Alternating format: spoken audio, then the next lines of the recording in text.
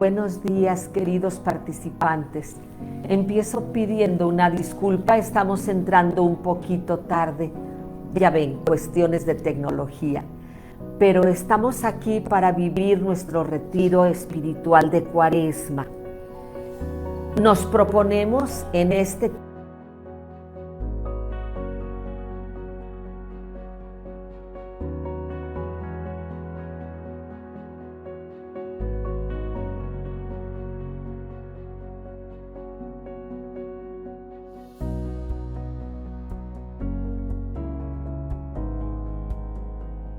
para poder abrir nuestra vida y nuestro corazón a la acción que Él realiza en favor nuestro, nuestra salvación. No vamos a seguir el tema litúrgico de este primer domingo de Cuaresma, sino más bien el espíritu de toda la Cuaresma. Hoy los invitamos a acompañar a Jesús en un momento muy fuerte, culminante para Él y también para nosotros. La oración en Getsemaní, la oración en el huerto. Los invito a que en un instante de silencio pidamos al Espíritu Santo que venga en nuestra ayuda. Él es quien puede darnos claridad de entendimiento, afecto y decisión para seguir a Jesús.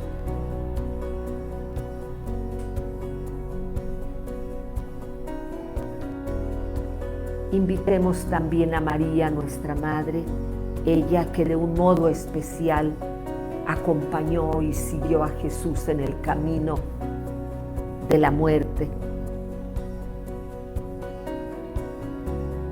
Espíritu Santo, fuente de luz, ilumínanos. María, Madre del Señor y Madre nuestra, fiel en la tribulación y en la alegría, ruega por nosotros. Bueno, pues vamos a dar principio. Los invito a que nos orientemos a los textos del Evangelio que nos van a hablar de la oración de Jesús en Getsemaní. Si nos detenemos en este texto, encontramos aquí ante todo un punto culminante del misterio de nuestro Redentor.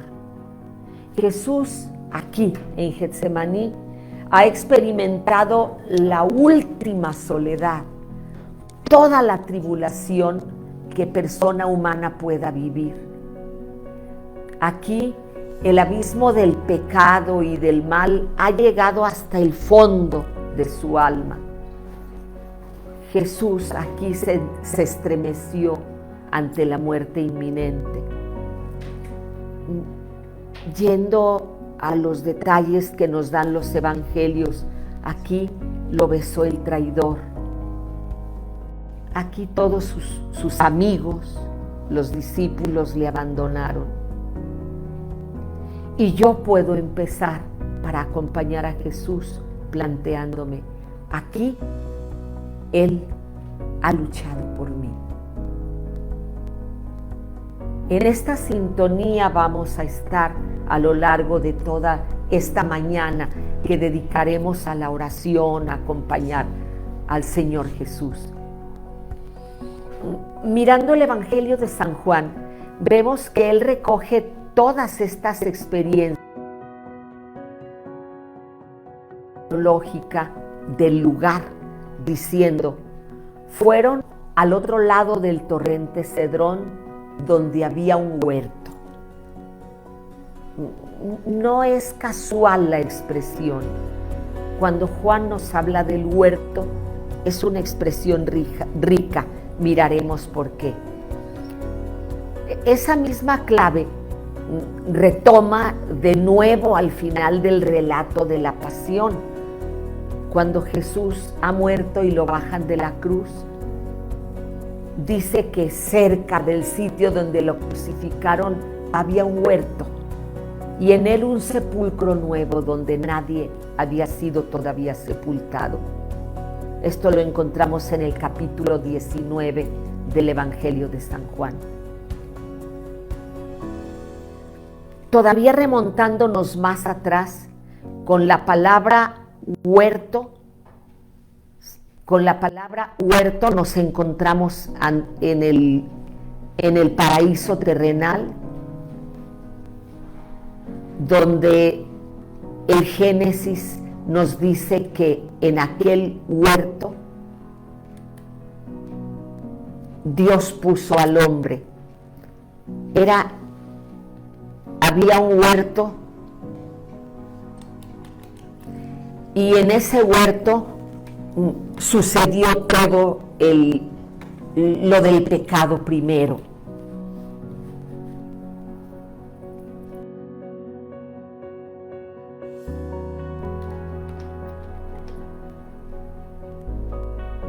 En el huerto se dio el primer pecado. Allí surgió la rebeldía humana.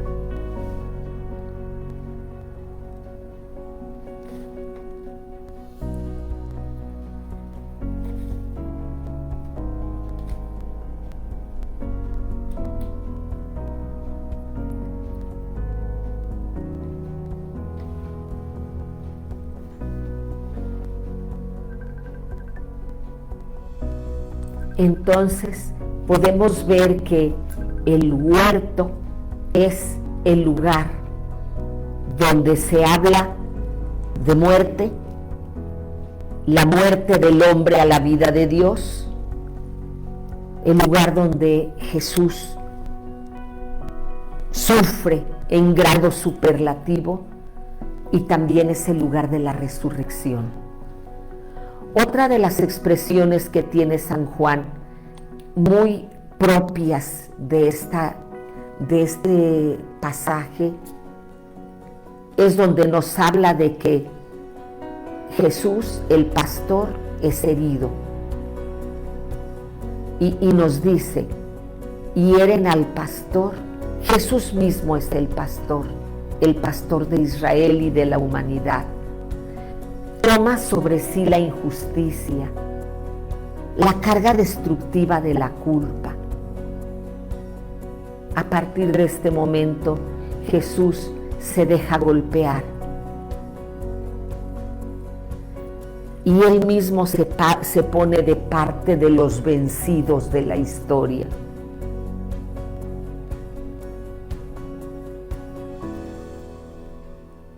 Ante los discípulos adormecidos y no dispuestos a inquietarse, el Señor mismo dice: mi alma está triste hasta la muerte, me muero de tristeza.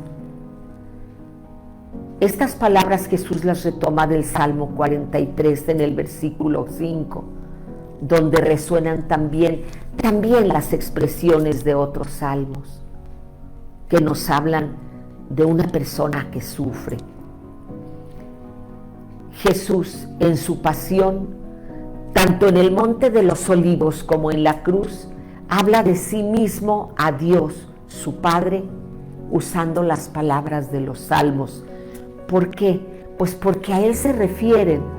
Estas palabras tomadas de los salmos se han hecho a partir del sufrimiento de muchos personajes, pero son absolutamente palabras propias de Jesús en su tribulación. En efecto, Él es en realidad el verdadero orante de estos salmos, el auténtico sujeto sufriente al que se refieren los salmos. La plegaria de Jesús es totalmente personal, y al orar Él con estas palabras, retoma la invocación del Israel creyente y afligido. Y aquí las del el Israel afligido y Jesús son una misma cosa. Veremos luego en una siguiente charla cómo Jesús se dirige a sus discípulos cargados de sueño.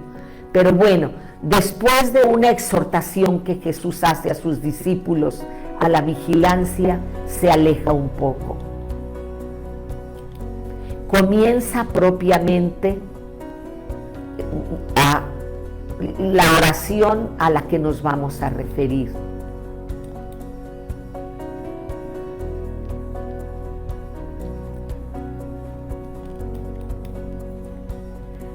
En esta oración, ahora vamos a seguir a Mateo y a Marcos, nos dicen que Jesús cayó rostro en tierra.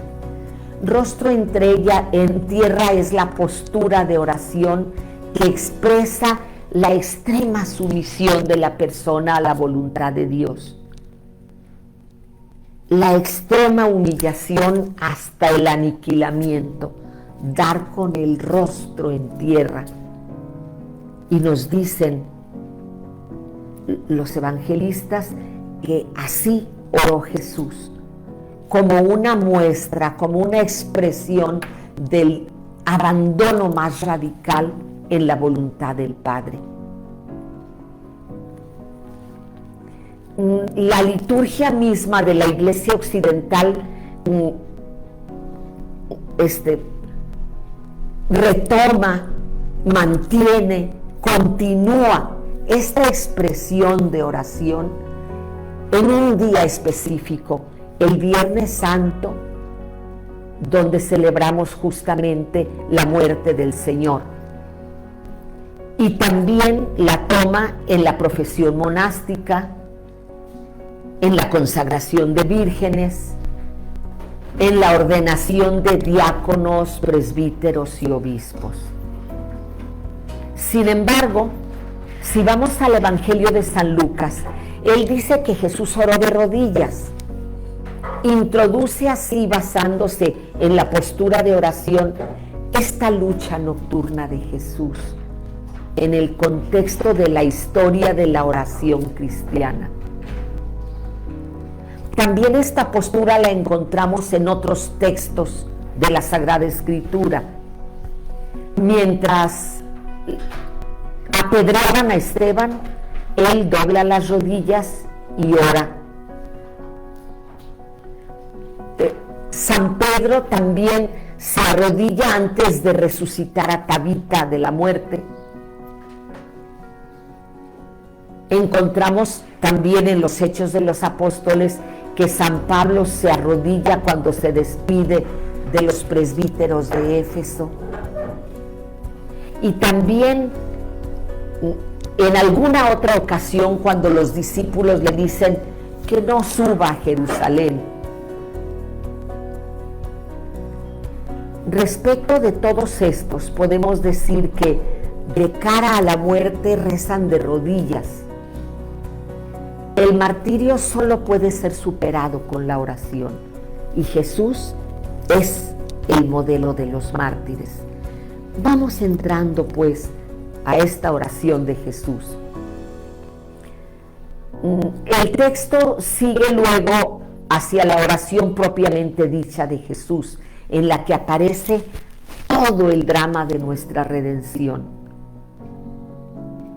San Marcos dice primero, de un modo breve, que Jesús oró diciendo: si es posible, se aleje de mí esta hora. Es Marcos 14:35. Después se refiere a la frase esencial de la oración de Jesús de la siguiente manera: Abba, Padre, tú lo puedes todo, aparta de mí este cáliz, pero no se haga lo que yo quiero, sino lo que quieres tú. De veras, qué plegaria más fuerte y más profunda la de Jesús en un momento tan dramático. Aquí podemos distinguir como varios aspectos que ahora nos disponemos a contemplar.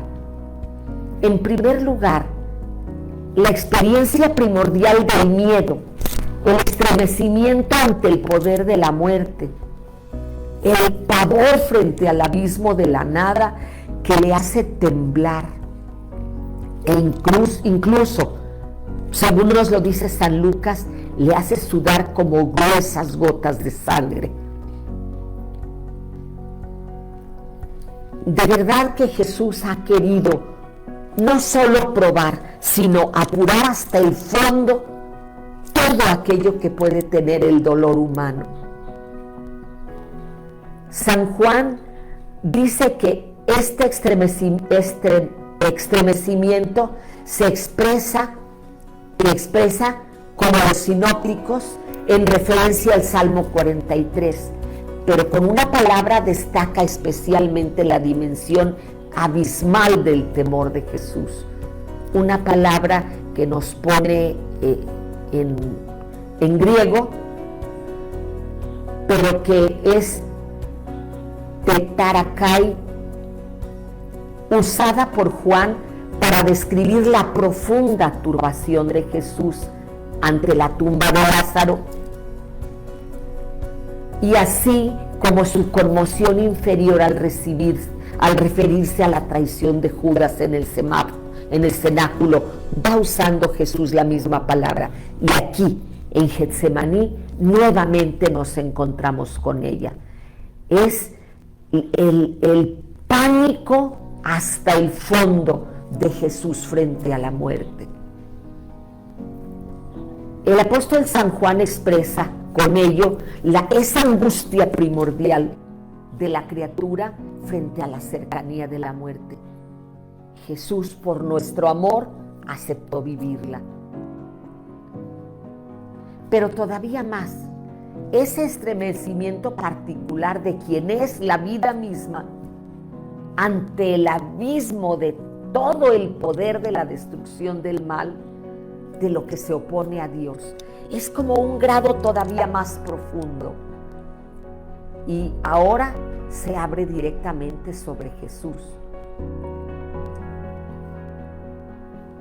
Ahora Jesús debe tomar de modo inmediato sobre sí.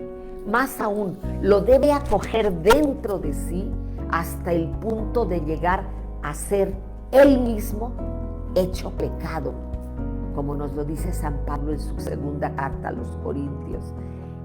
Miremos esta experiencia hasta el fondo de Jesús.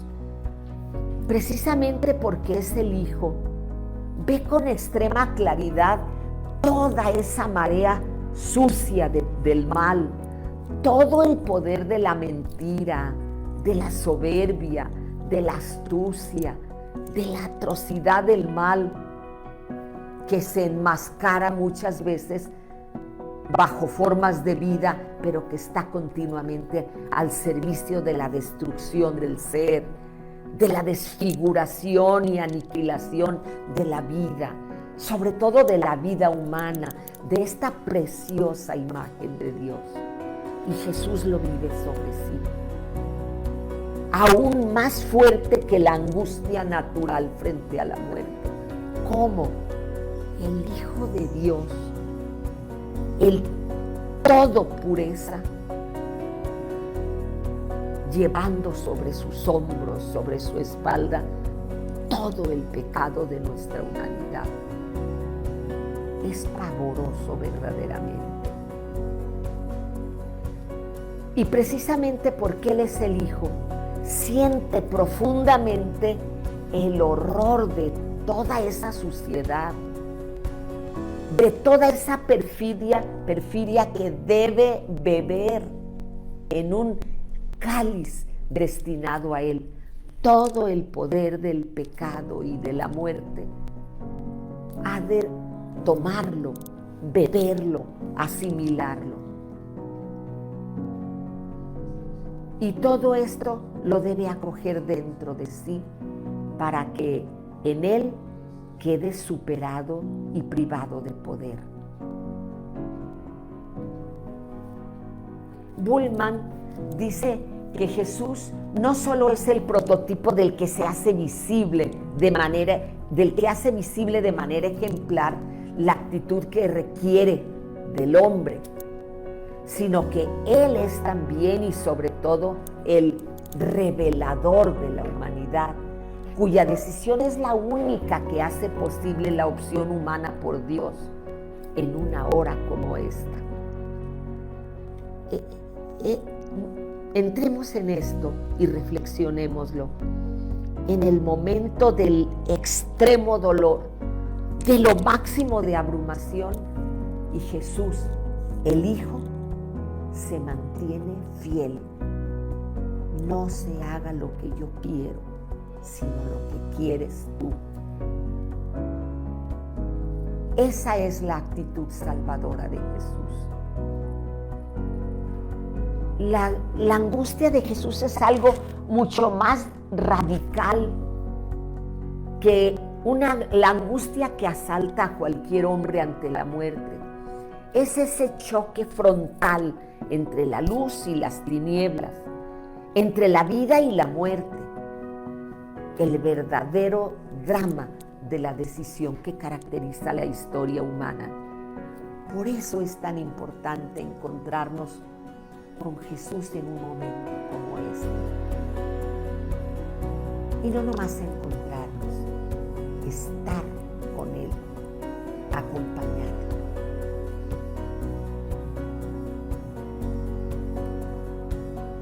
En este sentido podemos aplicarnos a nosotros mismos, como escribió Pascal de una manera totalmente personal el acontecimiento del Monte de los Olivos.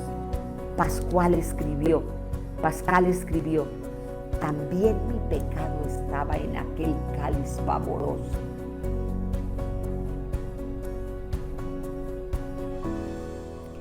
Oye al Señor en agonía en el Monte de los Olivos, que le dice: aquellas gotas de sangre las he derramado también por ti.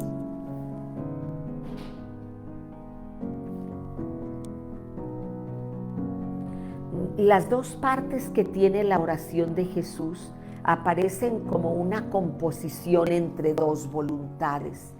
Una es la voluntad natural, la voluntad del hombre Jesús, que resiste ante el aspecto monstruoso y destructivo de aquello a lo que se enfrenta, y que quisiera pedirle al Padre que ese cáliz se aleje de él. Esa es la primera parte. La otra es la voluntad del Hijo, que se abandona totalmente a la voluntad del Padre. Miremos cómo en Jesús se juntan estas dos cosas. Si queremos tratar de entender en lo posible este misterio de esas dos voluntades, la sencillamente humana y la del Hijo del Padre, necesitamos volver la mirada una vez más a la versión del Evangelio de San Juan, en la oración que aquí hace Jesús. Encontramos estas dos peticiones: Padre, líbrame de esta hora. Padre, glorifica tu nombre. Y ambas están en labios de Jesús. En la agonía de Getsemaní se cumple este paso. Así, la petición, no se haga mi voluntad sino la tuya, es realmente la oración del Hijo al Padre, en la que la voluntad natural humana ha sido llevada por entero dentro del yo de este Hijo, cuya esencia se expresa precisamente en el no yo, sino tú, en el abandono total de lo que yo soy a ti, mi Padre, porque tú eres mi Padre y mi Dios. Esta es la actitud de Jesús en Getsemaní. Este es el drama de Jesús que estamos intentando contemplar.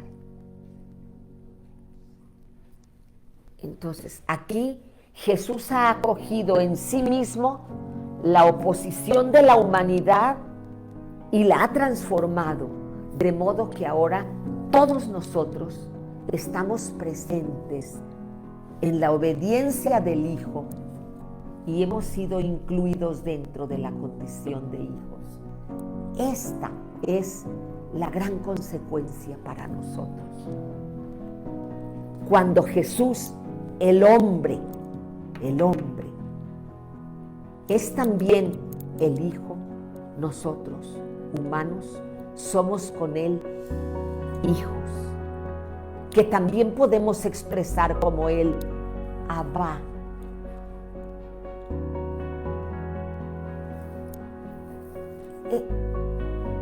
No podemos apartarnos de esto,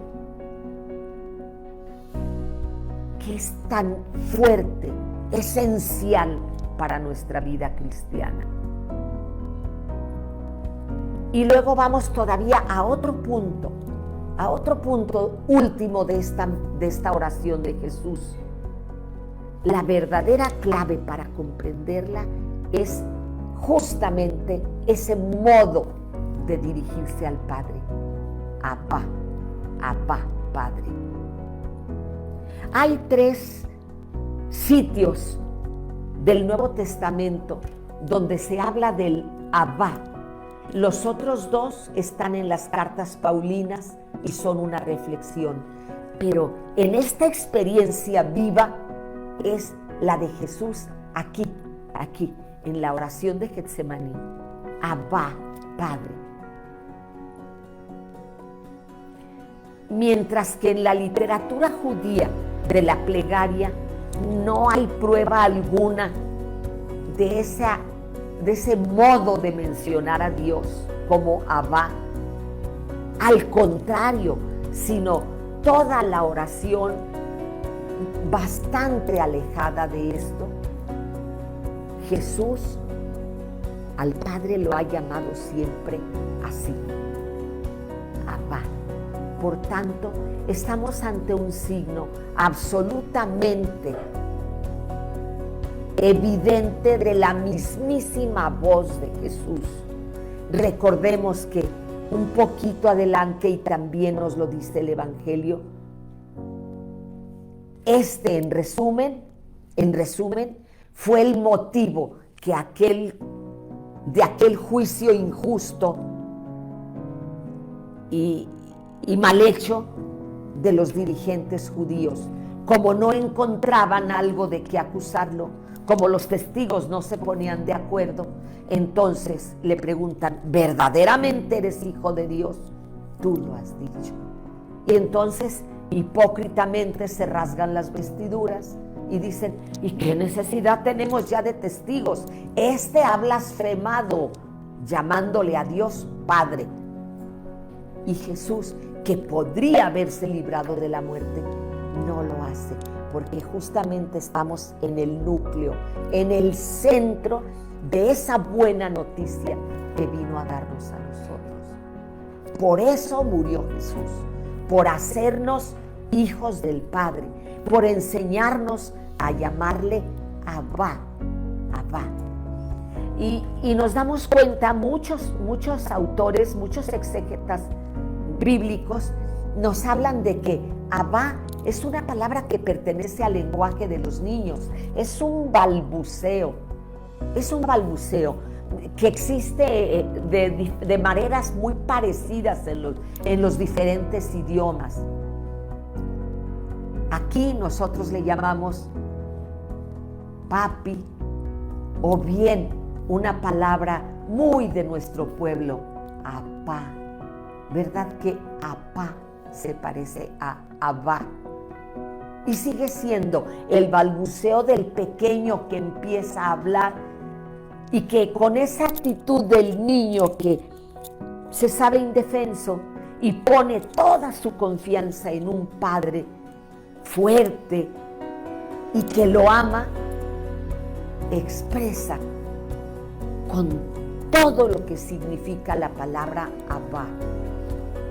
También en otros idiomas hay palabras semejantes, el Deri, etcétera, muchas palabras en diferentes idiomas, pero que coinciden en ser eso, un balbuceo que nos habla del tono infantil de confianza plena en el Padre. así Jesús en este momento trágico, fundamental, sigue firmísimo en su confianza al Padre y se dirige a Él como Abba, Abba. La sensibilidad judía lo toma por irreverente. Nos habla de que es impensable esto, dirigirse a Dios con una expresión familiar. Es algo nuevo, inaudito, el que Jesús se atreviera a dar este paso. Él hablaba con Dios como un niño habla con su Padre. El Abba usado por Jesús para dirigirse a Dios nos revela pues esa íntima esencia de su relación con Dios. Y esta es también como una consideración importantísima en este momento de Jesús. Finalmente vamos entrando un poquito a unas expresiones que tiene la carta a los Hebreos y que se refiere a la oración de Jesús allí en el Monte de los Olivos. El autor de la carta a los Hebreos dice: Cristo, en los días de su vida mortal, a gritos y con lágrimas presentó oraciones y súplicas al que podía salvarlo de la muerte, y por su actitud reverente fue escuchado. ¿Cómo? En este texto se puede reconocer una tradición diferente, autónoma del conocimiento o del acontecimiento de Getsemaní, pues los evangelios no hablan de gritos y lágrimas como la carta a los Hebreos. Pero hemos de tener presente que el autor no se refiere solo a la noche de Getsemaní, sino a todo el recorrido de la pasión de Jesús hasta la crucifixión, hasta el momento, por tanto, en el que Marcos y Mateo nos hablan de que Jesús pronunció un gran grito, con una gran voz, las palabras iniciales del Salmo 22. Los dos dicen que con lágrimas, que las lágrimas de Jesús con ocasión de la muerte de Lázaro también, y esto en relación con la turbación de Jesús, expresada con la misma palabra que utiliza la narración de la oración de Jesús en el Monte de los Olivos para describir su angustia, de la cual habla también Juan en el contexto del Domingo de Ramos. Miremos cómo en diferentes momentos se nos habla pues de ese grito en el que incluso el Evangelio dice que dando un gran grito Jesús expiró. Se trata siempre del encuentro de Jesús con el poder de la muerte, cuyo abismo, como el Santo de Dios, percibe en toda su profundidad, en todo su terror. La carta a los Hebreos ve así la pasión de Jesús desde el Monte de los Olivos hasta el último gran grito en la cruz, impregnada de la oración como una súplica ardiente a Dios por la vida contra el poder de la muerte.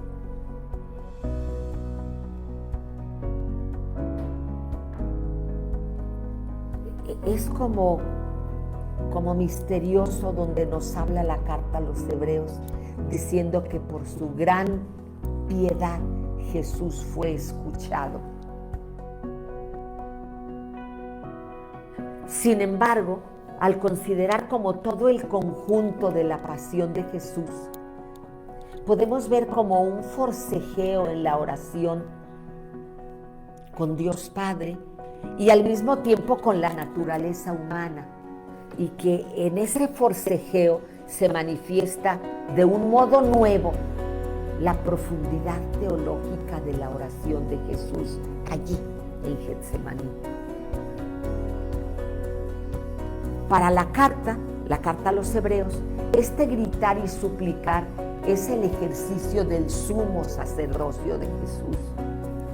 Precisamente en su gritar, llorar y orar, Jesús hace lo que es propio del sumo sacerdote.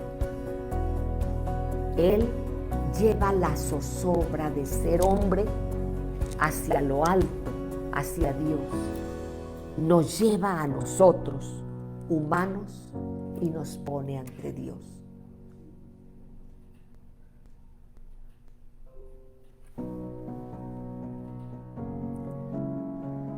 Pero ahora tenemos que adentrarnos un poco más en esa afirmación central de la carta a los hebreos, en lo que se refiere a la oración de Jesús, del Señor afligido. El texto dice que Jesús suplicó a quien podía salvarlo de la muerte y que por su actitud reverente fue escuchado. Algunos exégetas se preguntan, ¿y fue realmente escuchado? Porque de hecho murió en la cruz.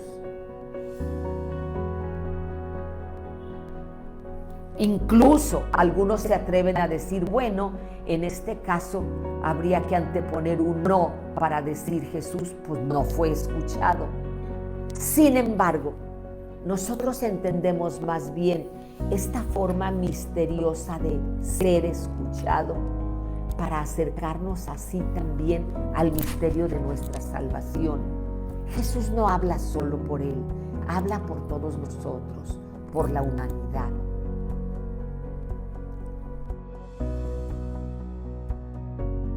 Dimensiones en esta escucha. Podemos decir, fue escuchado como liberado de su angustia.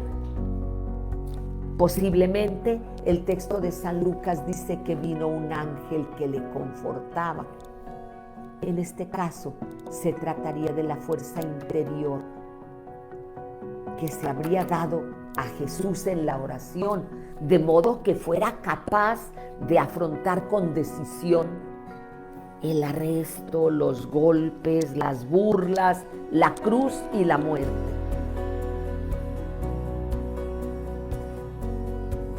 Pero el texto significa más. El Padre lo ha levantado de la noche de la muerte en la resurrección y lo ha salvado definitivamente y para siempre de la muerte. Jesús ya no muere más. Y probablemente el texto todavía significa más. La resurrección no es solo un salvar personalmente a Jesús de la muerte. No, en efecto, esta muerte no le incumbía solo a Él, aunque cargó sobre sí todos nuestros crímenes de la humanidad. La suya fue una muerte por los otros, por los demás. Fue la superación de la muerte en cuanto tal. Fue un librarnos a nosotros de la muerte. Así pues, el ser escuchado puede entenderse también partiendo de otro texto de San Juan en el capítulo 12, donde se refiere a la oración de Jesús. Padre, glorifica tu nombre.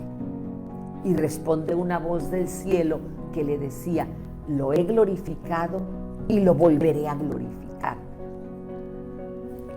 Entonces, aquí Jesús afronta la cruz misma que se ha convertido en la glorificación de Dios, una manifestación de la gloria de Dios en el Hijo. Esta gloria va más allá del momento e impregna toda la amplitud de la historia. La gloria, esta gloria de Jesús, que es la manifestación del poder salvador de Dios, es vida, es vida.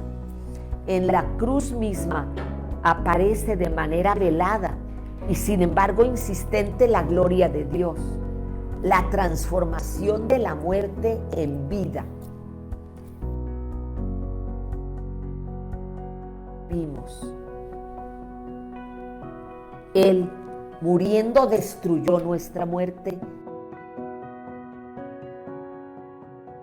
Desde la cruz nos viene a la humanidad una vida nueva. En la cruz Jesús se convierte en fuente de vida para sí mismo y para todos. En la cruz la muerte queda vencida. El que Jesús fuera escuchado afecta a la humanidad en su conjunto. La obediencia de Jesús se convierte en vida para todos. Por eso, la carta a los Hebreos concluye este texto coherentemente con las palabras: se ha convertido para todos los que le obedecen en autor de salvación eterna, proclamado por Dios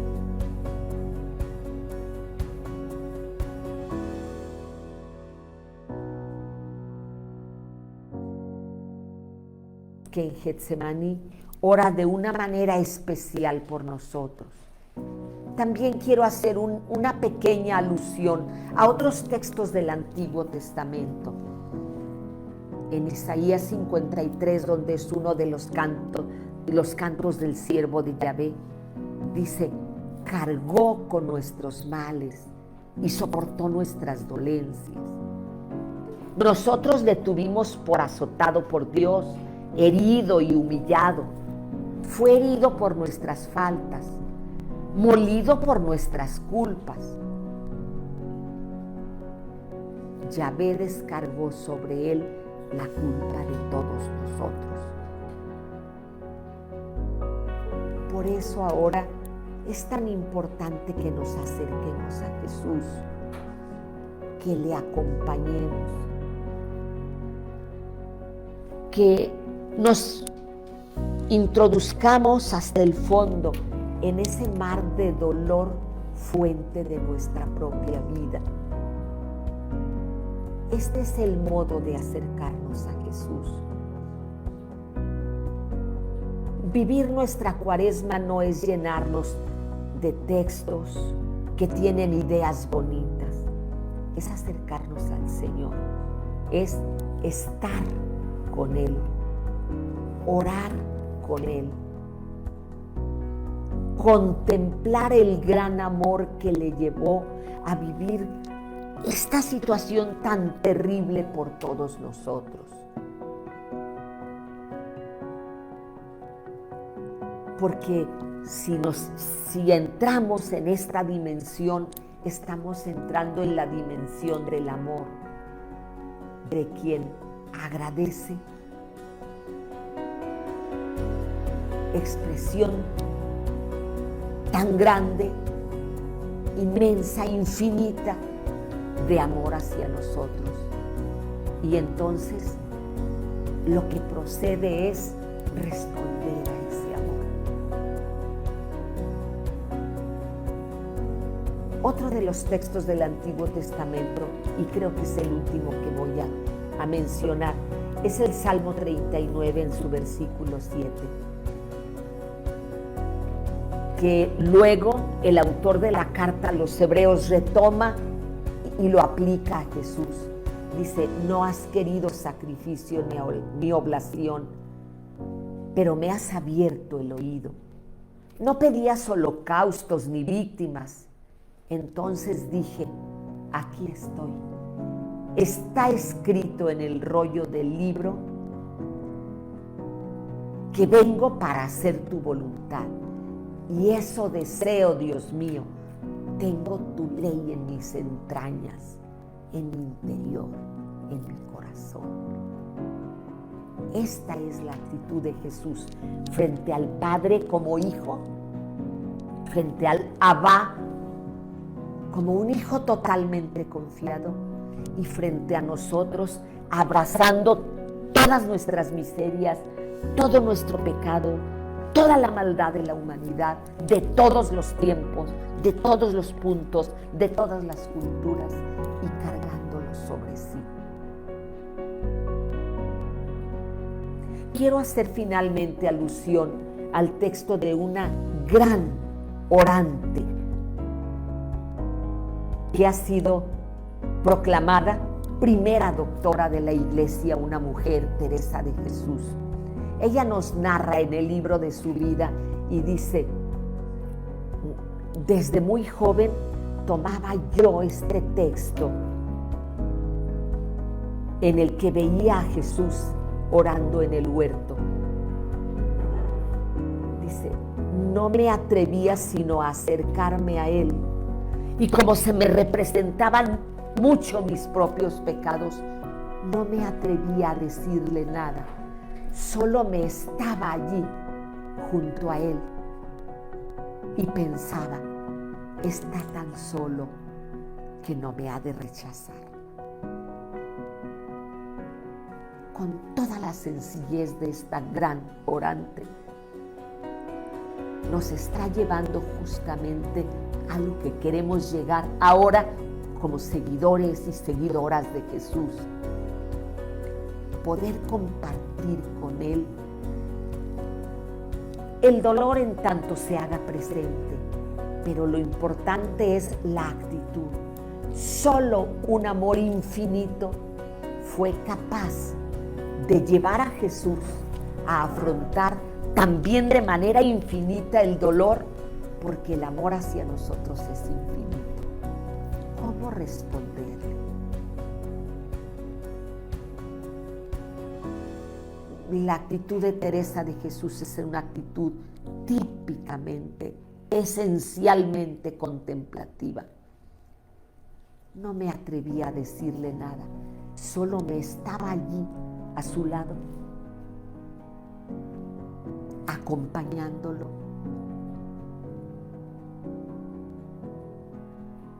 Y pensaba: está tan solo que no me ha de rechazar.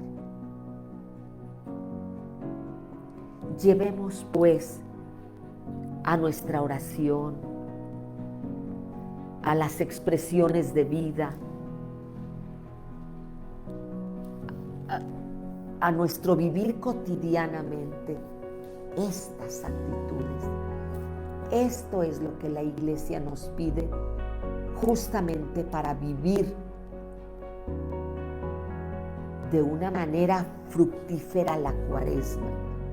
Si nos preparamos así, estaremos, por la gracia de Dios, preparados para vivir con Él, con Jesús, toda la pasión, y como dice el apóstol San Pablo, muriendo con Él, poder vivir con Él y llegar a la resurrección, que es su vida nueva, la vida que Él nos da, en la que ha vencido a la muerte, al dolor, al pecado, y nos ha llevado como hijos muy amados al Padre, de manera que también nosotros podamos decirle: Abba, junto con la voz de Jesús, su Hijo amado. Bien, hasta aquí esta primera charla. A no desligarse de este ámbito y que podamos continuar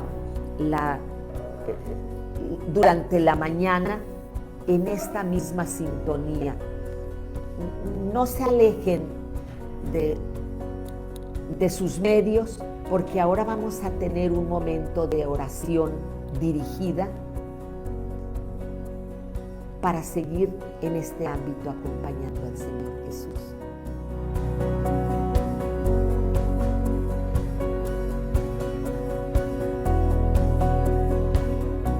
COEF, Centro de Occidente para el Estudio de los Valores Humanos.